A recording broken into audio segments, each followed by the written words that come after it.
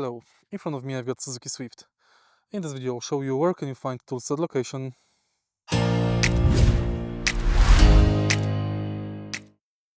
In the beginning, take a look at the trunk of the car. Lift up the trunk floor, and right here you can find all necessary tools.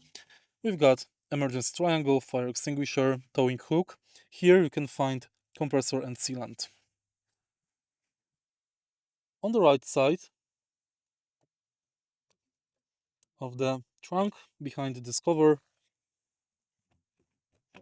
we can also find towing hook there.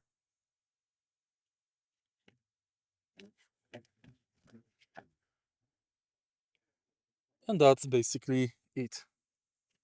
If you find this video helpful, please leave like, comment and subscribe.